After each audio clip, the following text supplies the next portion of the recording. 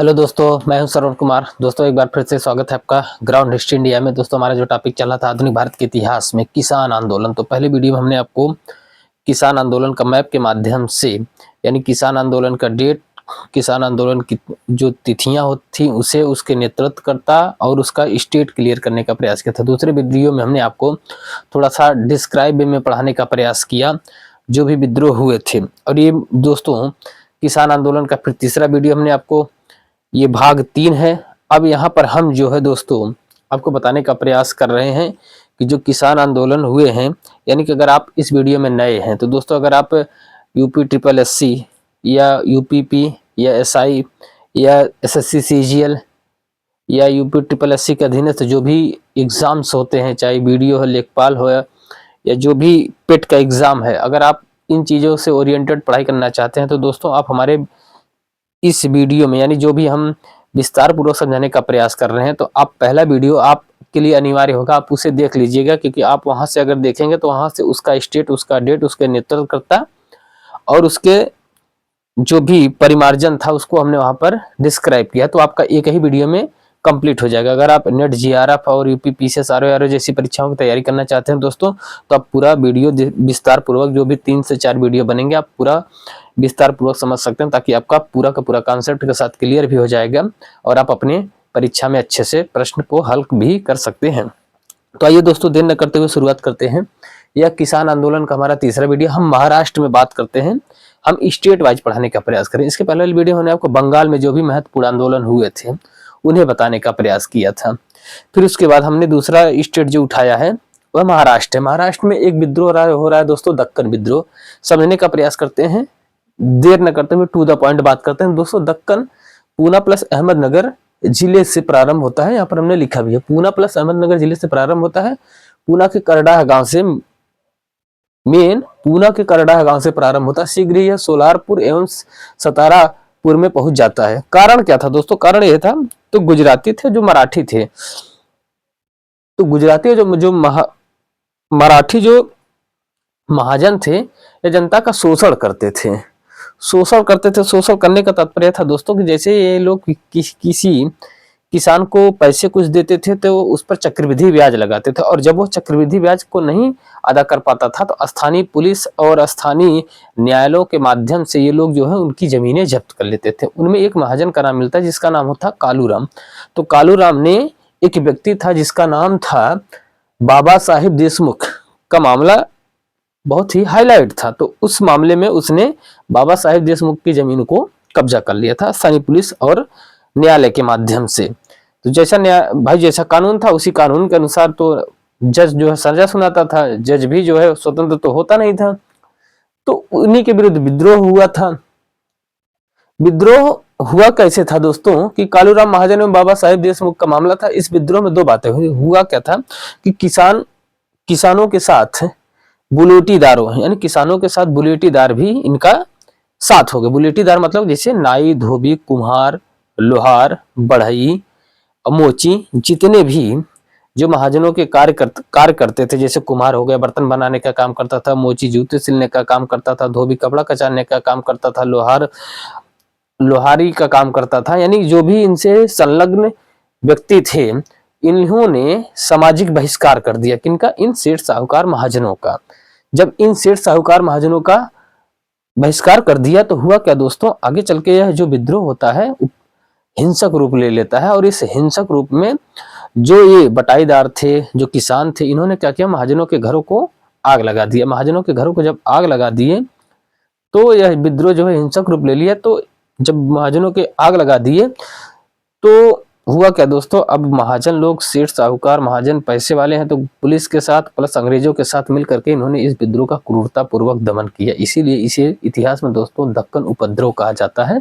यहाँ पर हमने लिखा है, इसलिए इतिहास में इसे दक्कन उपद्रव भी कहा जाता है, क्योंकि जमीनें, कागज वगैरह सब कुछ जनता ने जला दिया था। हमने लिखा है इसलिए इस इतिहास में इसे दक्कन उपद्रव भी कहा जाता है, जो हमने बोला वहां पर लिखा भी है। इस आंदोलन का समर्थन महादेव गोविंद रानाडे। महादेव गोविंद रानाडे कौन थे? महादेव गोविंद रानाडे गोपाल कृष्ण गोखले के गुरु थे। गोपाल कृष्ण गोखले जो है महात्मा गांधी के क्या थे, गुरु थे। यानी महात्मा गांधी के गुरु कौन थे, गोपाल कृष्ण गोखले। गोपाल कृष्ण गोखले के गुरु को कौन थे, महादेव गोविंद रनाडे। आप जानते रहिए। हुआ क्या कि इसका समर्थन किया था, उनकी एक संगठन था, उसका नाम था सार्वजनिक धर्म सभा। इस सभा में भी उन्होंने समर्थन दिया था महादेव गोविंद रनाडे ने। कौन, दक्कन विद्रोह का। अंग्रेजों ने साहूकारों के साथ मिलकर क्रूरतापूर्वक दमन कर दिया, हमने आपको पहले बताया। 1879 में यानी 1879 में दक्कन कृषक राहत अधिनियम पारित हुआ। इससे अब किसानों की जमीन केवल किसान ही खरीद सकते हैं, अन्यथा कोई और नहीं खरीद सकता। यानी आप ये सोचिए, हम सेठ साहूकार महाजन है तो हम किसी किसान को पैसे दे दिए, वो पैसे हमारा अदा नहीं कर रहा, तो उसके बदले में ये नहीं कि हम उसकी जमीनों को छीन लेंगे, कब्जा कर लेंगे। यानी किसान की जमीन केवल किसान ही खरीदेगा, ना कि सेठ साहूकार महाजन। इसके माध्यम से यह जो है दक्कन विद्रोह समाप्त हो गया। दूसरा विद्रोह महाराष्ट्र में ही हो रहा है, फड़के विद्रोह। फड़के विद्रोह दोस्तों 1879 में यानी 1879 में हो रहा है। फड़के विद्रोह का मेन पर्पस था, इनके जो दादा थे यानी इनके जो पिताजी थे वह सैनिक थे। कौन, किसके, मराठों के सैनिक में या अंग्रेजों के खिलाफ लड़े भी थे। तो इनका जो पर्पस था, मेन पर्पस था, वासुदेव बलवंत फड़के, इनका मेन पर्पस था कि सशस्त्र विद्रोह करके अंग्रेजों को यहां से भगा दें। यानी कहीं न कहीं एक प्रकार से कहें राष्ट्र के लिए थे। क्या हमने यहाँ पर लिखा, सशस्त्र विद्रोह करके अंग्रेजों को भगाकर स्वराज की स्थापना करना इनका मेन पर्पस था। यह स्वराज, क्योंकि इनके पिताजी सैनिक थे, मराठों के खिलाफ जो चतुर्थ आंग्ल मराठा युद्ध हुआ था उसमें ये लड़े भी थे। और ये जो प्रमुख नेता थे वासुदेव बलवंत फड़के, इन्होंने रामोसी नेता, इनके साथ रामोसी नेता दौलत राव रामोसी, भील जनजाति, धागड़ जनजाति के साथ 50 लोगों का इन्होंने एक संगठन बनाया था। यानी इन्होंने एक संगठन बनाया था। इस संगठन के 2 नारे थे। नारे क्या थे दोस्तों, हिंदू राष्ट्र की स्थापना प्लस अंग्रेजों के जो भी खजाने हैं, यानी अंग्रेजों के जो भी आय के स्रोत जो भी हैं उसे लूट लिया जाए, अंग्रेजी खजानों को लूटा जाए, और प्लस हिंदू राष्ट्र की स्थापना था। निजाम की मुखबिरी से कहें या कहें उस समय की पैरेलल राजनीति चलते हैं, यहाँ निजाम की मुखबिरी कहना उचित नहीं है दोस्तों, क्योंकि भाई अगर कोई किसी का मित्र है, किसी तरीके से आप किसी के परिप्रेक्ष्य में न देखें, क्योंकि निजाम हैदराबाद में थे और हैदराबाद आज भी भारत का अंग है। तो कहीं इनके मित्र थे या निजाम की जासूसी की वजह से 1879 में इन्हें गिरफ्तार किया गया। जानकारी के लिए जानते रहिए, 1883 में इनकी वासुदेव बलवंत फड़के की अदन जेल में मृत्यु हो गई। अदन जेल इनको शिफ्ट कर दिया गया था। तीसरा जो आंदोलन वर्ली आंदोलन हो रहा है 1945 में, कारण वही था, साहूकार महाजन धनी किसानों के शोषण के विरुद्ध था। थाड़े के निकट आदिम जनजाति के लोग थे, थाड़े के निकट एक आदिम जनजाति थी, उन्होंने यह विद्रोह प्रारंभ किया था। इनके जो नेतृत्वकर्ता थे श्रीमती पारुलेकर थी, यानी श्रीमती गोदावरी पारुलेकर थी। ये कौन थी दोस्तों, ये सर्वेंट ऑफ इंडिया सोसाइटी के सदस्य भी थे। अब सर्वेंट ऑफ इंडिया सोसाइटी की स्थापना कौन किए थे दोस्तों, गोपाल कृष्ण गोखले। आप जानते रहिए, अगर नहीं जानते तो फिर भी जानते रहिए। तो ये था दोस्तों महाराष्ट्र में हुए महत्वपूर्ण किसान आंदोलन। आइए जानते हैं बिहार में किसान आंदोलन। एक आंदोलन बकास्त आंदोलन, इसके जो नेतृत्व करता है यदुनंदन शर्मा है, कर्मा शर्मा है, राहुल सांकृत्यायन है, श्रद्धानंद सरस्वती है और यमुना कारिया है। कारण क्या था दोस्तों, कारण यह था कि बकास्त एक प्रकार की भूमि होती थी और उस प्रकार मान लीजिए जैसे हम किसान हैं तो हमें एक बकास्त भूमि मिला है। अब जमींदार ने हमें उस भूमि को दिया, अब हम एक साल इतना बढ़िया से मेहनत किए, उस जमीन पर पैदावारी किए, उसे दिए, अगले साल फिर मेहनत किए, फिर महाजन को दिए, तो अगले साल महाजन ने खेती को बदल दिया, यानी किसान को ही बदल दिया, हमें जमीन से अबदस्त करके दूसरे किसान को दे दिया। अब दूसरा किसान फिर उतनी मेहनत के साथ में खेती में लग रहा है, जैसे वो बेचारा एक दो तीन फसल किया नहीं, फिर उन्होंने किसान को फिर बदल देते थे। इससे क्या होता था कि सिर्फ और सिर्फ मालामाल महाजन ही होते थे और किसान जो है हमेशा परेशान रहता था। बेचारा मिट्टी खेती वो करता था, खेती को पूरा का पूरा ऊसर भूमि को उपजाऊ भूमि में वो बदलता था, और जब फसल काटने की समय आ जाए तो महाजन जैसे ही बदल देते थे। तो इसी के विरुद्ध था, हमने बताया ना कि बकास्त एक प्रकार की भूमि होती थी।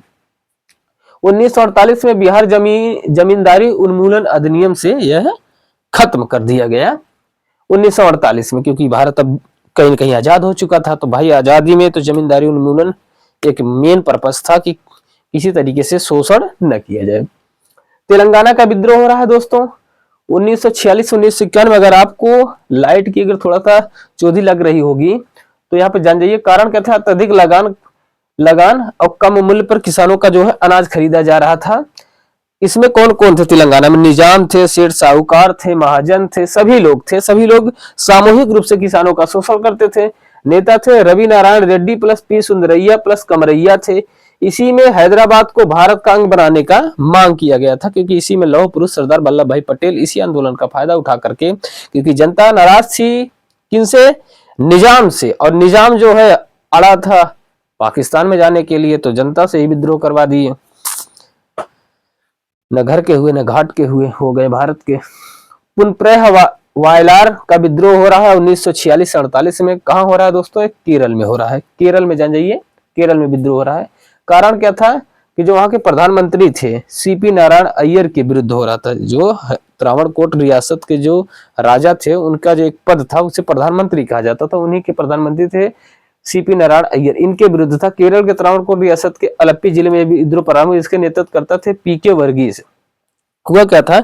इस आंदोलन का दमन बेहद ही क्रूरता पूर्वक किया गया था। बंदूक की नोक पे यानी क्रूरता पूर्वक गोलियां चला करके शिविरों में जहां लोग आंदोलन कर रहे थे उनके ऊपर हथियारों से लैस पुलिसकर्मी या राजा के जो भी लोग थे उन्होंने गोलियां चलाकर हत्या किए। हुआ क्या? 23 जुलाई 1947 को त्रावणकोट भारत का हिस्सा भी बन गया, क्योंकि जब आप हिंसक आंदोलन करेंगे तो आपके साथ आपके गिने चुने लोग ही रहेंगे, न कि जनता रहेगी। जनता ने भारत के परिप्रेक्ष्य में मत दिया, सहमत हुए तो भारत के अंग बन गए, खत्म हो गया रजवाड़ा रियासत, सब कुछ चला गया। तो उतना अत्य नहीं करना चाहिए, उतना करना चाहिए जितना चल जाए। जब तक जनता सोई है तब तक आपके सारे शोषण जो भी चल रहा है वो सब जायज है, लेकिन जिस दिन जनता जाग जाएगी उस दिन सब कुछ खत्म हो जाएगा। तो दोस्तों ये था किसान आंदोलन। हमने महाराष्ट्र में दक्कन विद्रोह, फड़के विद्रोह, वर्ली आंदोलन, बिहार में बर्खास्त आंदोलन, तेलंगाना का विद्रोह तेलंगाना में, और केरल में पुनः वायलार का विद्रोह बताया। दोस्तों क्लास कैसी लग रही है? लाइक और शेयर जरूर करिएगा। दोस्तों थोड़ा चैनल को लाइक करिए, शेयर करिए और सब्सक्राइब करिए। तो दोस्तों हम आपको जल्द ही इंडियन ज्योग्राफी यानी भारतीय भूगोल को आपको मध्य लेकर आ रहे हैं। तो दोस्तों एक बार फिर से आप सभी लोगों को शुभ रात्रि। धन्यवाद दोस्तों।